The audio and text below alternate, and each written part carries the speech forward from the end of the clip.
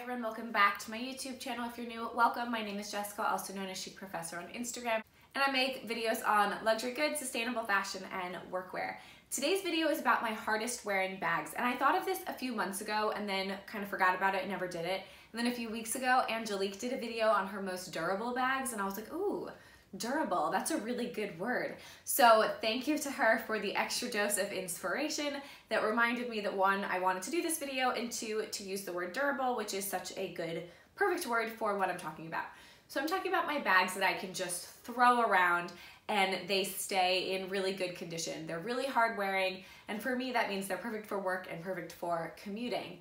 And also just kind of everyday life. I just really like a hard wearing bag, and I actually only have really one bag in my collection I feel like I have to baby, and that's my Lady Dior because it's vintage and the lambskin is so pretty, and I feel like I have to baby it. I also have a bag from my grandmother that is just like a fabric bag. I don't wear that really, so I don't really feel like I have to baby it, but if I do wear it, I definitely feel kind of protective over that one. But otherwise, most of my bags are really quite durable, but I want to go over the specific leathers that are very durable so that you can make good decisions if you're looking for hard-wearing bags for your collection. So the first bag I want to start with is Mulberry. I have this one, and Mulberry's grained leather is like indestructible. It really stays absolutely beautifully structured, and it doesn't really scratch very easily. It's heavy, but I think it's worth it because it is just such a nice, thick, strong leather. The second most durable type of leather in my collection is Louis Vuitton Epi leather. I really love Epi leather. I think that it is beautifully durable. I love the texture to it. I just think that it's beautiful. This bag is my most worn bag. I've had it for years, and the biggest amount of wear comes on the edging where it's no longer Epi. That is really where the wear on this bag is. Otherwise, it scratches and you just don't really see the scratches that much. And it takes some significant scratching to scratch this bag. And just generally, I think it wears absolutely beautifully.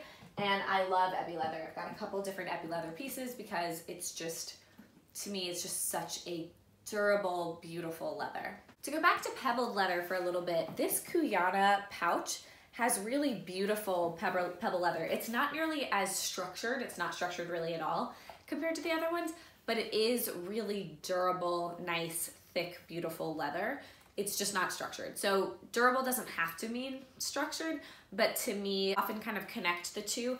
That doesn't have to be the case at all though, and this leather is beautiful and it's a little bit more sustainable, and they really try to choose really high quality pieces. That's part of their mission, and their prices are a lot lower than luxury brands. So definitely check this out if you want something that's a little more floppy and durable, and I'm hoping in the future that they are looking to make more structured bags and that I will be able to add a structured bag from them into my collection as well. The last type of leather that I want to talk about is Saffiano Leather, and Prada is the only one who makes real Saffiano leather, right? You can get grained or like cross-hatched leather from other places, but technically that is their like kind of proprietary thing.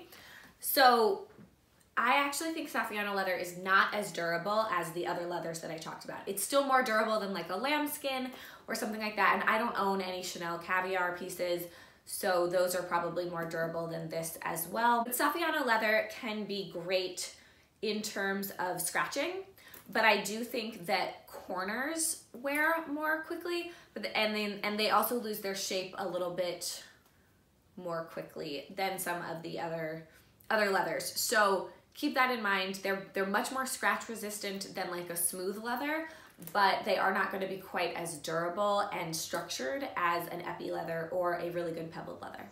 The leather that I want to talk about I don't currently own anymore, and that is shark leather, which is what I used to have on my 3.1 Philip Lim Pashley bag. That leather was fairly indestructible as well. I didn't like the hardware on that piece. That scratched up pretty easily, but the leather was super durable, and I'll insert some images of that one. And the last material I want to talk about isn't leather at all, it's canvas. I think Louis Vuitton coated canvas is really quite strong. That's why we still have pieces that are super old and vintage, and the canvas is still in really good shape. The leather on these pieces, if it's Vachetta, that is not so durable, right? It loses color and things, but the actual canvas can be super, super durable. So I think that if you want a throw around tote, a Neverfull is probably a good idea, or a Luco tote, or some of the other ones that kind of zip at the top. But in general, coated canvas is a really good way to go if you're looking for durability in your bags and things that will last a lifetime. I do think that vintage coated canvas and just older coated canvas is generally higher quality than newer coated canvas. So I don't know that if you went out and bought a new piece from the store, if it would last as long as some of the older pieces have. But in general, I still think that coated canvas is a really smart material choice if you're looking for durability. So that's it for this video. I hope that you enjoyed. I hope that you found it helpful. I definitely want to choose pieces that I know are going to last and be really durable.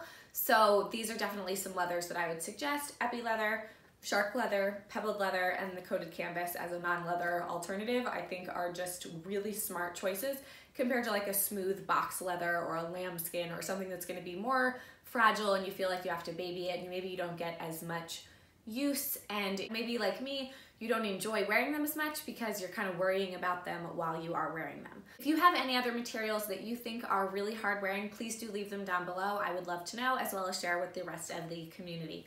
Thank you all so much for watching. I hope you have a wonderful day, and I will see you in my next video. Bye.